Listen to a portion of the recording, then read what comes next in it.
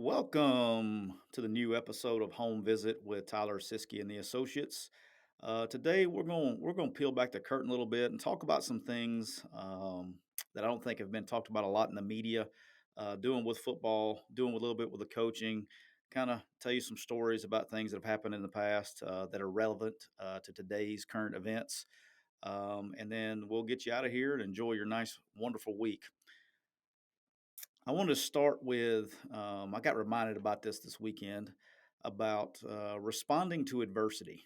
I think it's one of the biggest traits that any person, whether you're an athlete, whether you're a parent, whether you're a husband or wife, it doesn't matter. Responding to adversity, I think, is one of the biggest traits, and how well you do respond to adversity. I think it's one of the biggest correlations to success in whatever you're trying to do. Um, the one thing I think people get caught up with is, especially in recruiting, it's one thing that we really look hard on is it doesn't matter how much talent that you have in anything you're doing. It doesn't matter if you're, good at business, you're good at football, you're good at basketball. It doesn't matter how much talent that you have.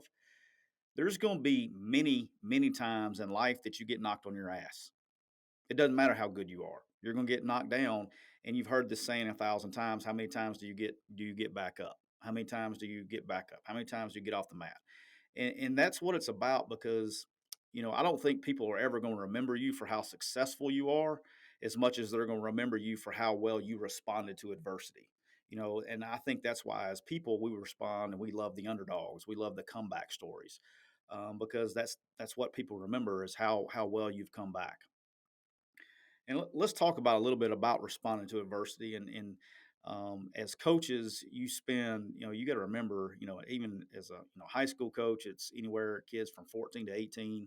When you get to college, they're 18 to 22, but they're just turning into adults. And you have to coach this a lot to try to get people to understand how to do it. And I always say step number one is you have to block out, especially in today's world, you have to block out the outside noise. You're always going to have haters. It doesn't matter what you do.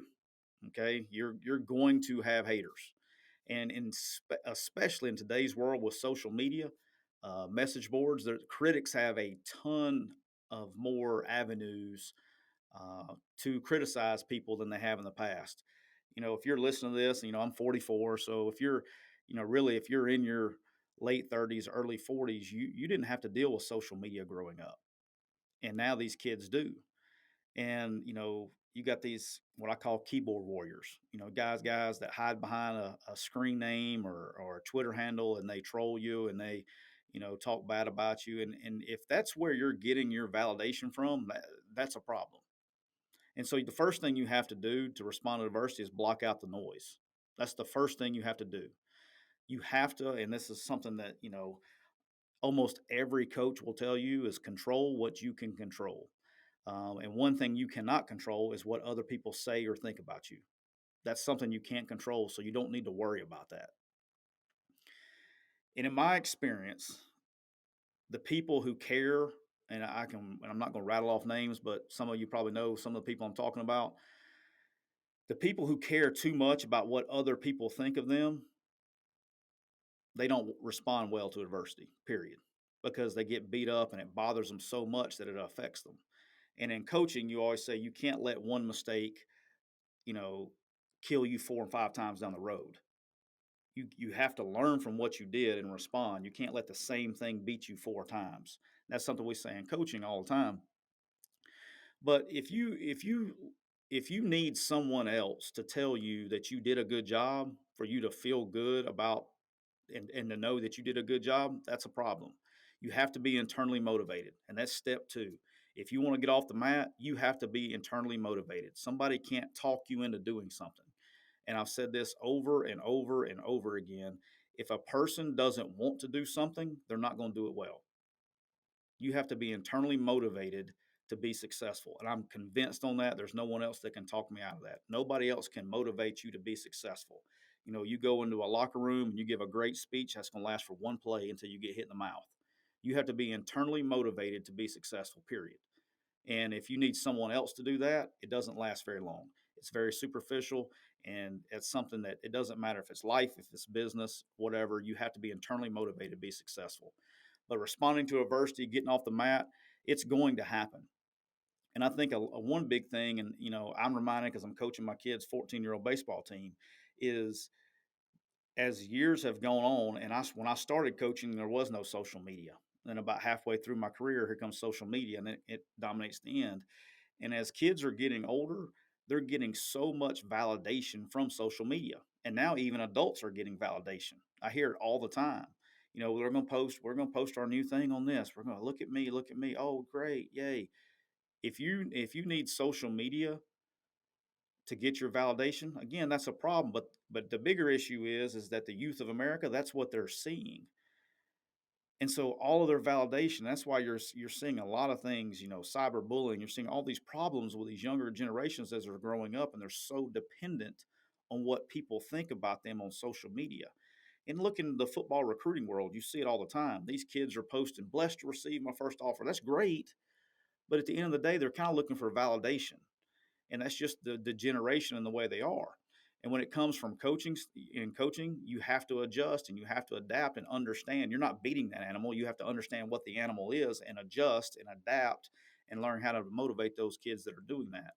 So be careful about that and understand what the enemy is. You have to make sure that you know what you're up against. Before we move on to our weekly soap opera of NIL, I want to remind everybody, if you're looking for a car or a vehicle in today's world, they're hard to find. Make sure you call our friends at Cooper Chevrolet Buick in Anniston.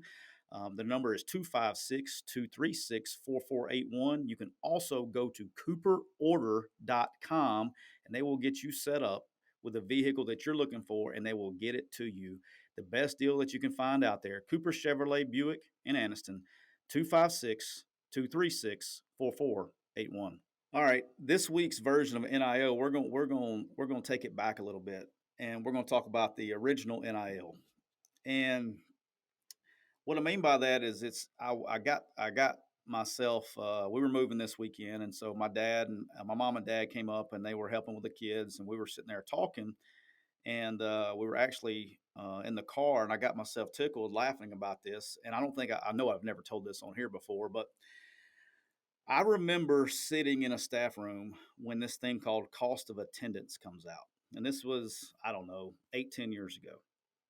And I remember the NCAA allowing schools to provide provide payments to the students, to the athletes, based off cost of attendance. And they had this formula that they calculated, and it got really crazy.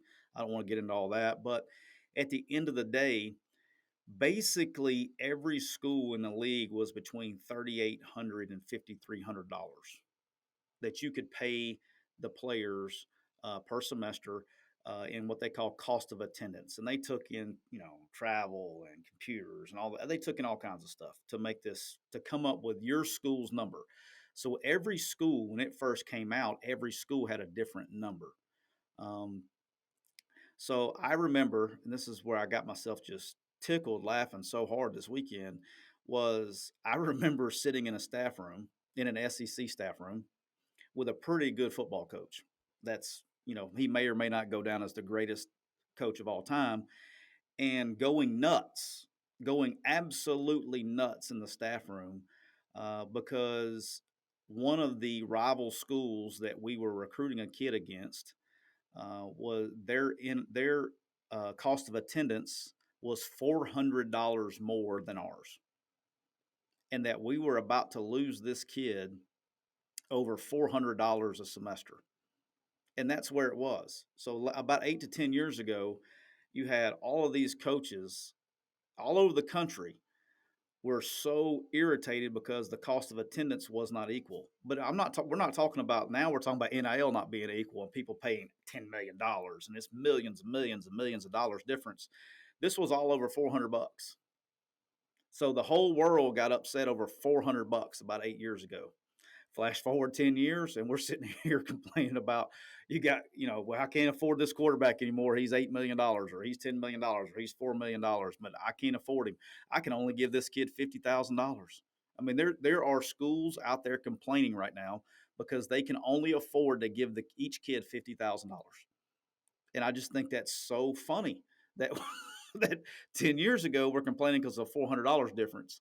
Now we're complaining because of millions of dollars difference. And so that's how fast things have changed. And you know, I want to repeat this, and this is something that I actually heard yesterday. It made me. It also it was a really good point, and I think with all these SEC meetings, and you have the NCAA meetings out in Phoenix a couple of weeks ago, and you have, we're going to meet with Congress. We just keep kicking the can down the road. That's all we're doing is we're going, all right, let's get through this season. We'll address it next year. Congress is like, hey, look, I don't want to touch this until the election. Let's kick this down the road to next year. That's what's happening, just so people know that Congress is not going to do anything until after the elections, and depends on who's in office if anything gets done from a federal standpoint. But we keep kicking the can down the road. And I was told this by a older, wiser man yesterday. I'll leave it at that. An older, wiser man said if we keep kicking the can down the road, we're going to look up and there's going to be a bunch of cans in that pile. And that's what we're doing. And I've never heard anything said that made so much sense to me, that we keep kicking this NIL can down the road, but we're about to look up, which we already are, and that there's not just one can in the pile. There is a pile of cans. So just something to keep in mind, and that's what we're doing, and that's probably the wisest thing I've ever heard an old person tell me in a long time. But just to give you a little inside look at what happened less than 10 years ago, how we were sitting in an office complaining about one school that was going to be able to give $400 more a semester, and now we're complaining over millions of dollars. So I thought that was kind of funny one to get you started off with today. All right, I want to switch gears a little bit and talk about what I like to call the calf and the cow strategy. So if you're a college football coach out there listening, which we know we got a bunch of you listening, we all know what the calf and the cow strategy is. So I'm going to explain this to the fans and tell you a little bit about some experiences that I've had. I was reminded of that this weekend as well. But basically, the calf versus the cow is where you go in recruiting and you will go sign um, somebody that's close to the player in order to get that's a good player. They're not bad players, but they're not probably your level of player. And you'll take those guys in order to help yourself get the prize, to go get the good one. So let's go back in my recent career and tell you about some calf and cow stories. So we'll go back to Denzel and Robert Kimdichie here at Ole Miss. So Houston Nutt actually signed Denzel Kimdichie here to Ole Miss, knowing that Robert Kimdichie, the brother, was the number one player in the country coming out the next year. Or actually, it was 2 years, two classes later. So I have to thank Houston Nutt for that, first of all. Don't know Houston Nutt very well, but he did a good job there. And, Robert had committed. I know a lot of the Ole Miss fans that are on here know this, and probably some Clemson fans, and definitely my brother-in-laws who are Clemson fans know this. But Robert Kimdichie was committed to Clemson pretty early in the process, and he was committed for a while. Well, his mother was a Congresswoman in I think it was, I can't remember now, I'm getting old. Definitely was in Africa. I think it was in Nigeria, somewhere over there. She was I'm going to butcher that. Let's just say she was a congresswoman. And Miss Beverly came over, and she only got to come visit, 2 to 3 times a year. And when I knew we were getting Robert, the day I knew, we had a big visit in July, and it was his mother, it was one of her trips to the States. And so we had the whole family here. And we were sitting in Hugh Freeze's office, which was upstairs in the Manning Center at that time. It was on the second floor. And I remember sitting on the couch, and Hugh's going through his whole spiel. I mean, he's full tilt, he's going, and she's sitting there and she's just listening, not saying anything. And other people are talking. Denzel was in there as well, the whole family. Everybody was talking, but Miss Beverly wasn't saying anything. And then at the end of the conversation, she finally spoke, and she looked dead at Robert and said, "Robert, I know you probably like Clemson. I understand that." She goes, "But I'm coming. When I come over here, I'm only going to one place to see you guys. So Denzel's already here, so you're going to come to Ole Miss. Do you understand?" And he was like, "Yes, ma'am." And that was it. And so there was this big drama from then on, the whole way down to signing day and all that stuff. But it was over in July. It was over in that meeting when Miss Beverly told Robert, "Do you understand?" And she ran the show. Mr. Sonny, good guy, but I can promise you this: Miss Beverly ran the show, and it was over at that moment. And so, thank you, Houston Nutt. And people talk about all who recruited Robert and all this stuff. Houston Nutt probably deserves the credit on that one. To the truth be told, if it wasn't for Denzel being at Ole Miss, Robert Condici would have never even considered Ole Miss, and that's how strong the family bond was with that family. The second one, ironically, was in that class, and especially with Ole Miss fans, you may not know this. Some of you may know this, but when we got here, we had basically half a class to sign a 2012 class. We were in transition from Arkansas State. After signing day, about a month after signing day, we've moved on to the 2013 class, and there was this player in there named Laquan Treadwell, who to us was the best wide receiver in the country. Well, he had a best friend named Anthony Standifer, who was a good player, and he'd had offers, from some mid majors, and so we decided to take a chance and get Anthony down here to get us in the door with Laquan, and so it got us in the door. All right, he was able to come visit and do those things with since Anthony was here. We signed Anthony late, got him down here, got us in the door, got those relationships started with Anthony and with Laquan, and he ends up coming here. So another success, calf versus cow. And then the last one that I really had any involvement with was the Nick Dean and the Kobe Dean. Um, Nick Dean was a walk-on here at Ole Miss. Kobe Dean, who everybody knows, first-round draft pick this year, I believe. He may have been a second-round pick. I don't remember. But he's going to be a very, very good NFL player. Great, obviously, college career. From here in Mississippi at Horn Lake High School. Well, Nick was on the team as a walk-on, and we were going to put him on scholarship to get Nakobe to come here. And we shot our shot. We did everything that we could do, and it failed for various reasons. I guess we'll leave it at that. That strategy, that was very unsuccessful in that one. You can draw your own conclusions. And then the last one, I tell you all that to tell you this, and this is what reminded me of everything this weekend, is I see this weekend living here in Oxford that Roman Rashada, the junior college defensive back from Diablo Valley Junior College in California, commits to Ole Miss. Well, what's significant about that is his brother, Jaden Rashada, is one of the top quarterbacks in the 23 class coming out this year. I am so interested, and this is why we're talking about all this. The calf versus the cow used to work. It always works until money's involved. The calf and the cow strategy almost always works until money's involved. Well, now you got legal money involved. And with Jaden Rashada being one of the top quarterbacks in the country, he's going to have a nice price tag. I've heard numbers, but I don't know how accurate they are. They're all over the place.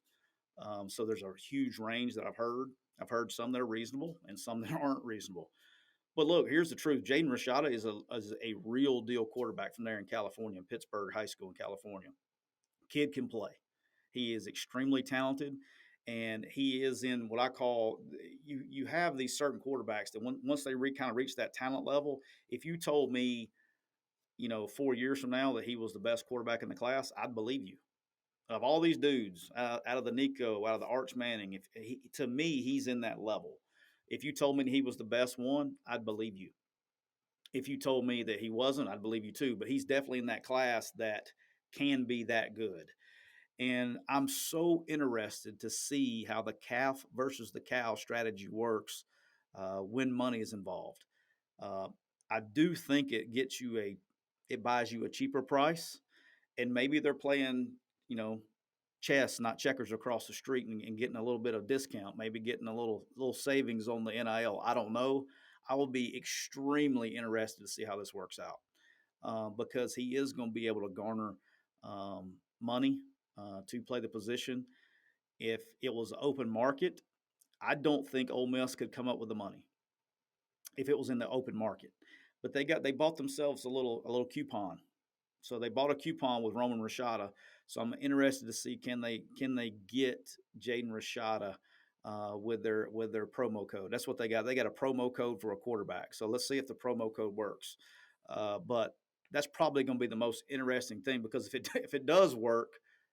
this does work, you're going to see you're going to see other programs starting to buy promo code coupons moving forward. So from a recruiting strategy standpoint, that's something that really interests me on that. So excited to see how that works out. Moving on. So I know this is a football podcast, but I am a baseball guy, and I hope ESPN is able to do something with this. I didn't know anything about it. We were moving this past weekend when I was dead tired, like 8:30, 9 o'clock on Friday night. We didn't even have Wi-Fi yet, so I got on my phone and I see on ESPN Plus, I was going to watch some games, and I see this channel called Squeeze Play. I'm like, what is this? So I click on it, and without question, and especially with today's younger um, market of watching sports, baseball is a hard sport to watch for the younger generation because it moves so slow. And so, what they did is for you football guys out there that don't have any idea what I'm talking about, they have basically turned Squeeze Play as NFL red zone for baseball. So it's more action packed. You got games popping in, popping off, and the action is always going on.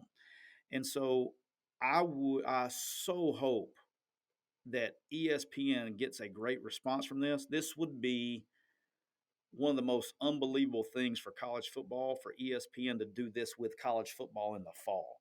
With all these 11 o'clock games going on, you have all these time slots going on, and they already have coverage of hundreds of games. I mean, I don't even know how many games they cover, but almost every single game is on ESPN.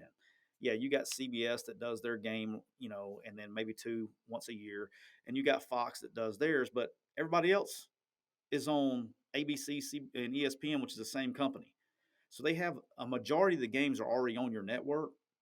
To be able to do kind of an NFL red zone channel for college football with all the time slots you got going on would be unbelievable for the consumer. It's something I think they could sell and make a lot of money on. I would be the first one in line to purchase it. I wouldn't care what the cost would be.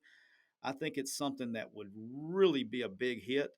But even if you think baseball is slow, I mean, I think, Major League Baseball. I think that what they did with Squeeze Play was probably this the best thing I've seen for the younger generation in a long time when it comes to television and consumption of the product.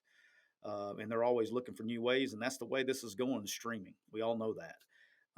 But my hat's off to ESPN for that, and hopefully y'all see this and may need to call my guy Michael Thompson, who just got the job at SEC Network and ESPN, all that. Need to see if they can hook this thing up for college football because it was really entertaining. I don't know if it's stopped or if they're going to keep doing it this weekend, but um, one of the best channels and way to watch a baseball game I've ever seen. So kudos to ESPN for that. All right, I want to talk something real briefly. I want to peel back the curtain on this. I don't know if anybody's ever really talked about this at all from a media standpoint, maybe because they don't understand it. I want to talk about coaches moving. I moved again this weekend. This was the 12th time that my family has moved. And I want to talk a little bit and let the fans kind of in on what happens and the stress involved with it with your family. Because I think sometimes, and rightfully so, I get it. Fans are a little bit more critical of coaches because it's a game to them. And we've said on this before, this is not a game to us, it's life. And so let's talk a little bit about the stress on the families. The hardest part for me is it's always your kids. And when they're having to move and leave their friends. I remember very distinctly, my children being young, and it was just, we were move, move, move, go, go, go. No big side effects. Um, and then they kind of came to age 4, 5, 6. We were in Jonesboro at Arkansas State. We won there, and so basically our entire staff, we had a bunch of young kids that were the same age. We basically all picked up and moved to Oxford, to Ole Miss. And so they had all their built-in friends. Everything was normal. Sure, they missed a friend or two here from school, but most of their friends, they all hung out, were inside the building. And then when we moved to Alabama, that was the first one that kind of hit me in my house. Is I remember Jackson, who's now my oldest, he's 15. I remember him saying he could not understand why, and it was basically it was Tom Allen, who's been a guest on our show. He was really good. Thomas Allen, the son, who's now coaching, but Thomas Allen Jackson just loved him. I mean, they were Jackson. Thomas was like a big brother to Jackson, and they were just. I mean, anytime we were in the building, Jackson was just following in little Thomas's steps, and Hugh was really good about having families around at practice and all that. I mean, just unbelievable because we all had young kids, and Jackson was really upset because he couldn't understand why we all were not going to Alabama, why it was just us. And that one's the one that kind of hit the hardest right there. And then every move since, because once we got to Alabama, it was an older staff, so there were not many kids that were the same ages. We were one of the youngest, if not the youngest, on the staff, and then you know didn't have that many people to hang out with. So now their friends were in schools, right? So they're in school, and then when we left, and I wanted to go back to coaching, and I went back to South Alabama. They had to pick up and lose their friends. Then we're down in Mobile for 3 or 4 years, and they developed friends, and now they're getting older, and then we had to pick up and move back to Oxford, and it was very it's very difficult on the kids to move. They're kind of hardened, um, and I've noticed, over the years with kids, you kind of get two different ways here. Um, you get social butterflies that cope with it by just socializing with everybody, and they just make friends with everybody. And we have different ones. We have both in my house, and then you have others that just kind of close down and kind of keep to themselves because they don't want to open up and do that. So I think with coaches moving a lot of times, I think our kids probably take the biggest sacrifice. And as I'm getting older and my kids are getting older, I'm understanding that. It's something that I wish I would have understood earlier. I probably would have affected a lot more decisions that I made in my career. Where I was, in my mind at the time, I was like, oh, they're young, they'll get over it. We're doing this. But you see how that affects them down the road, um, with their personalities, and it does. Some of them are again, you basically have the two kinds of coaches' kids: the ones that are very social and go out, outgoing, and talk to everybody, and then the ones that are very quiet and to themselves and keep a very close knit family. There's not really anybody in between. So definitely in my household, that's how it goes.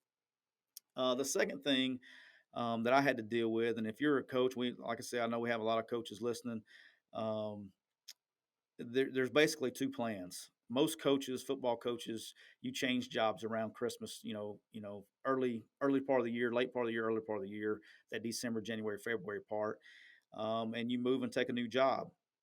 And so there's two kinds of plans here. There's plan one, which is, hey, we're going to let the kids finish the school year, and then we're going to move to wherever the new location is, or plan B, which is we're all just picking up, we're moving right now.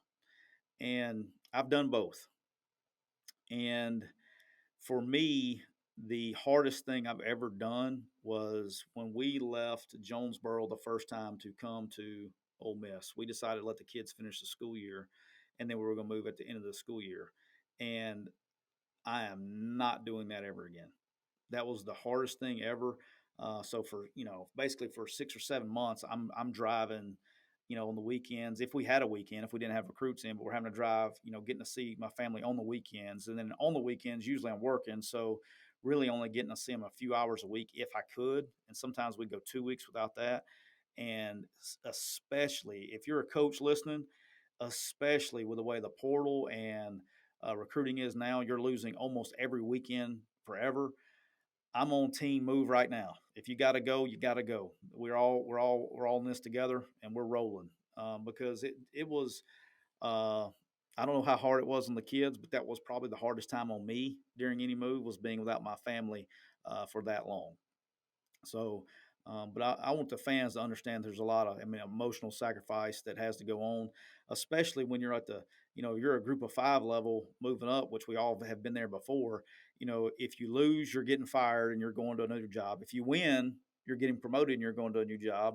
And the only way to stay put is to go about, you know, 500, go 6-6. But if you do that too many times, you're going to get fired. So you're always on the move, especially at lower levels, moving up or moving down, or vice versa, especially in today's market. And it just puts a lot of stress on families emotionally with those two things. And the last thing I want to talk about with coaches moving, that I bet the fans probably have never thought about, is a lot of coaches get upside down financially moving. Um, I made this decision 10 years ago not to do it. And so because I got burned. So, used to coaching was a little bit more stable. And I say stable, you were somewhere 4 to 5 years. And now you're year to year. You don't ever know. And so coaches will go somewhere and they'll buy a house.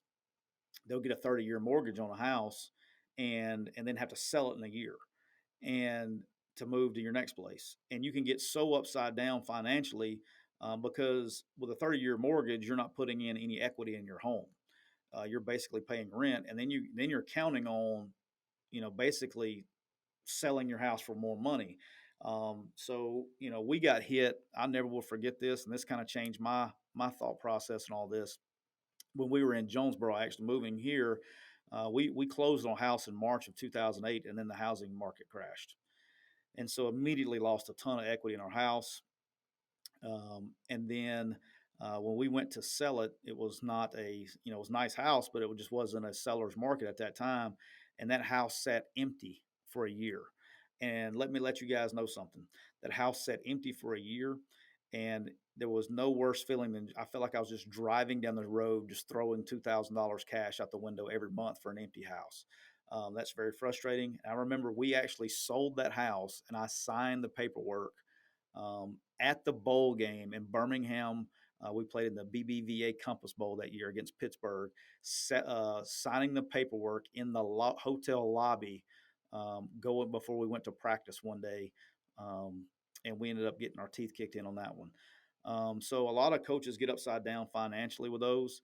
And so for those reasons, and I joined that crew right then, is I was on team rent. I was like, we're not buying another house till I become a head coach, or we're getting somewhere settled down, because we just got our teeth kicked in.